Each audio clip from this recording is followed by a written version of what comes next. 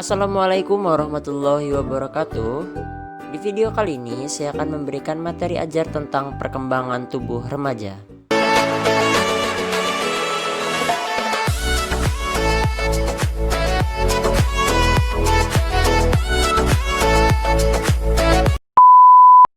Pengertian remaja. Melihat dari istilahnya, ada beberapa istilah yang dipakai untuk menunjukkan masa remaja. Di antaranya ialah pubertate, adolescentia, dan youth. Namun di Indonesia istilah yang sering digunakan ialah pubertas atau remaja. Pubertas berasal dari bahasa Latin yang berarti usia kedewasaan, the age of manhood, atau dalam bahasa Inggris disebut puberty dan pubertate dalam bahasa Belanda.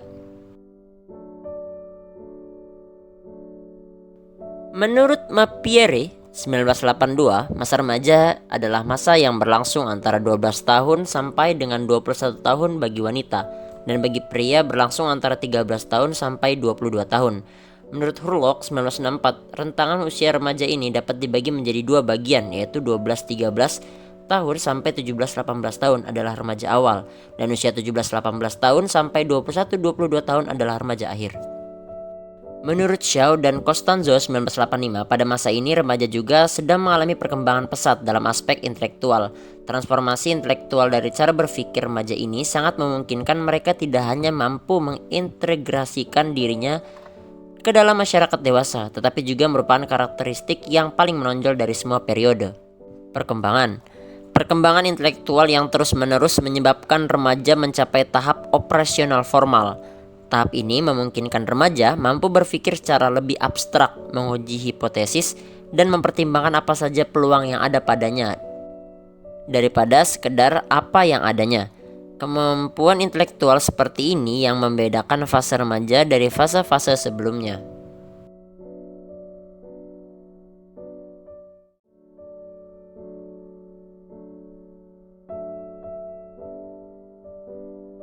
Pengertian pertumbuhan fisik. Pertumbuhan fisik adalah perubahan fisik yang terjadi dan merupakan gejala primer dalam pertumbuhan remaja. Perubahan fisik meliputi perubahan ukuran tubuh, perubahan proporsi tubuh, munculnya ciri-ciri kelamin primer dan ciri kelamin sekunder.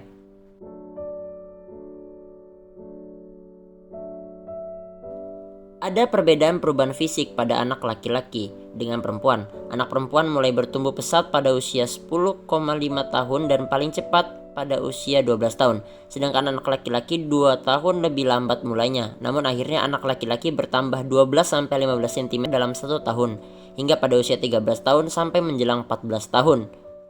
Namun, pada kenyataannya, perubahan fisik dan emosional tidaklah selalu berjalan searah. Anak yang bertubuh tinggi tidak selalu lebih matang secara emosional dibandingkan dengan anak seusia yang lebih pendek.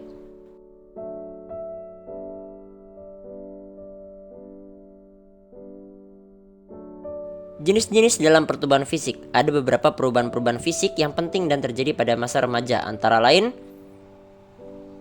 A. Perubahan ukuran tubuh, B. Perubahan proporsi tubuh, C. Ciri kelamin primer, dan D. Ciri kelamin sekunder. A. Irama pertumbuhan mendadak menjadi cepat sekitar 2 tahun sebelum anak mencapai taraf pematangan kelaminnya. Setahun sebelum pematangan ini, anak akan bertambah tinggi 10-15 cm dan bertambah berat 5-10 kg. Setelah terjadi pematangan kelamin, pertumbuhan tubuh selanjutnya masih terus terjadi namun dalam tempo yang sedikit lebih lamban.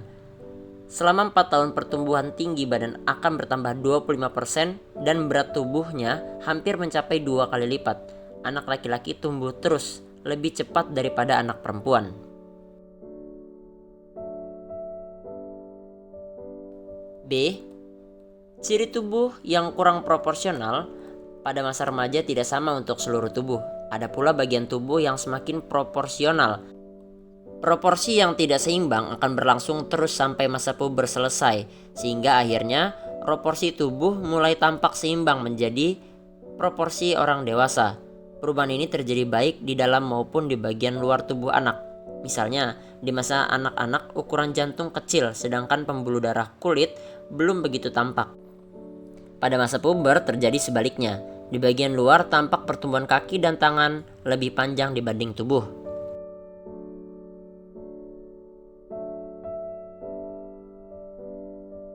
C. Pada masa anak-anak, alat kelamin primer masih belum berkembang dengan sempurna.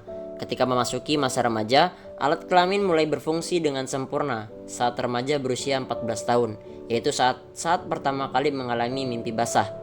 Sedangkan anak perempuan, indung telurnya mulai berfungsi pada usia 13 tahun, yaitu saat pertama kali menstruasi atau haid. Bagian lain dari alat perkembangbiakan pada anak perempuan masih belum sempurna, sehingga belum mampu mengandung anak untuk beberapa bulan. Masa interval ini disebut sebagai saat steril masa remaja.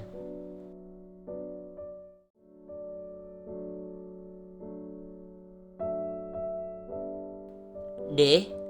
Yang dimaksud ciri kelamin sekunder atau ciri kelamin kedua pada anak perempuan adalah membesarnya buah dada dan mencuatnya puting susu. Pinggul melebar lebih lebar dari lebar bahu.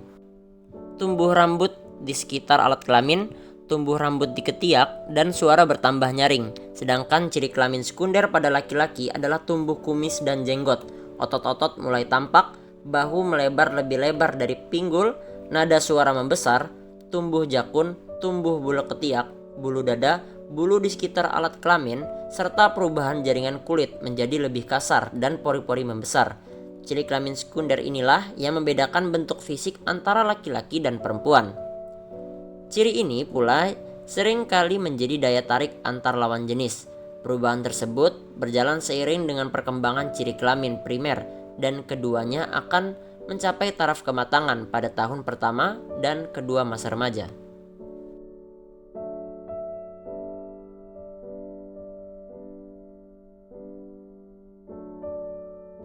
Ada 3 hal yang membedakan anak laki-laki dan perempuan dalam kematangan seksual, yaitu kriteria kematangan seksual. Menerci atau menstruasi dipakai sebagai tanda permulaan pubertas. Sesudah itu masih dibutuhkan 1-1,5 tahun lagi sebelum anak perempuan betul-betul matang untuk bereproduksi. 2. Permulaan kematangan seksual. Permulaan kematangan seksual pada anak perempuan kira-kira 2 tahun lebih cepat mulainya daripada anak laki-laki. Menarche merupakan tanda permulaan kematangan seksual dan terjadi sekitar usia 13 tahun dengan penyebaran normal antara 10-16,5 tahun. Jadi sekitar 1 tahun sesudah dilaluinya puncak percepatan pertumbuhan. Dan yang terakhir, kriteria kematangan seksual. Pada anak laki-laki, kematangan seksual dimulai dengan pertumbuhan testi yang dimulai antara umur 9-13,5 tahun dan berakhir antara 13,5 dan 17 tahun. Selanjutnya, faktor-faktor yang mempengaruhi pertumbuhan fisik remaja. Kondisi-kondisi yang mempengaruhi pertumbuhan fisik remaja antara lain yaitu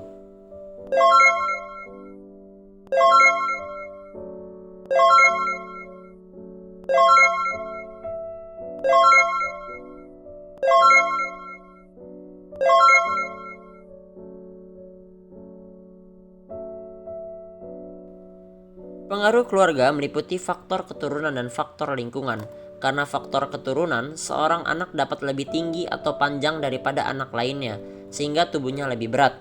Faktor lingkungan akan menentukan tercapai tidaknya perwujudan potensi keturunan yang dibawa anak. Pada setiap usia lingkungan lebih berpengaruh terhadap berat tubuh daripada terhadap tinggi tubuh.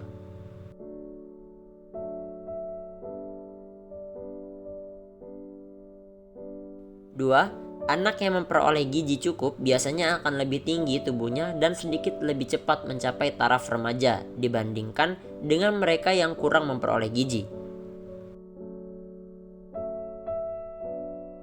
3. Anak yang terlalu sering mengalami gangguan emosional akan menyebabkan terbentuknya steroid adrenal yang berlebihan.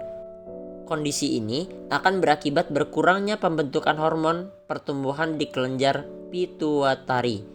Bila terjadi hal demikian, pertumbuhan awal remaja terhambat dan tidak tercapai berat tubuh yang seharusnya. 4. Anak-anak yang sehat dan jarang sakit biasanya akan memiliki tubuh yang lebih berat daripada anak yang sering sakit. 5. Anak-anak yang berasal dari keluarga dengan status sosial ekonomi rendah cenderung lebih kecil daripada anak yang berasal dari keluarga yang status sosial ekonominya tinggi.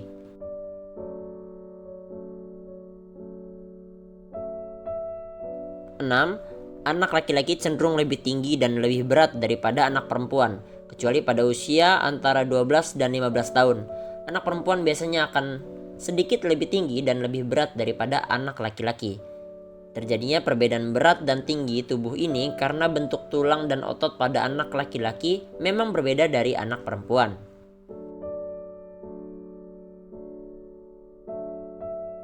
7.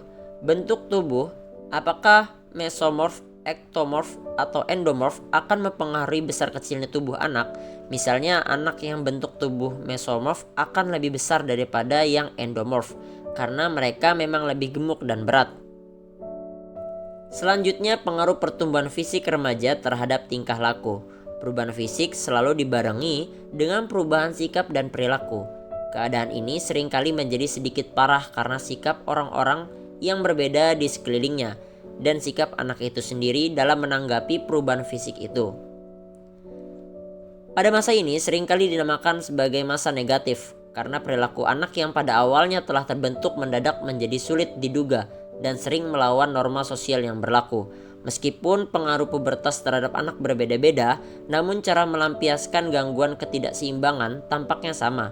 Beberapa bentuk pelampiasan yang dapat terlihat adalah mudah tersinggung, tidak dapat diikuti jalan pikirannya ataupun perasaannya.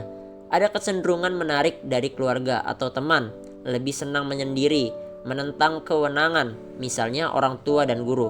Sangat mendambakan kemandirian, sangat kritis terhadap orang lain, tidak suka melakukan tugas di rumah atau di sekolah, dan sangat tampak bahwa dirinya tidak bahagia. Dalam proses pertumbuhan fisik seorang anak banyak hal-hal yang dirasakan, adapun rasa ketidaknyamanan mendominasi perasaan mereka.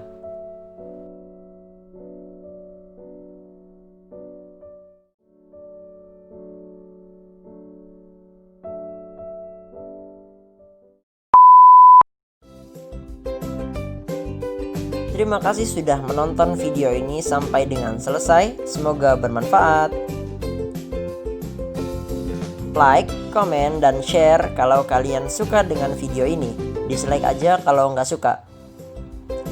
Jangan lupa untuk subscribe channel ini kalau kalian masih mau mendengar suara saya.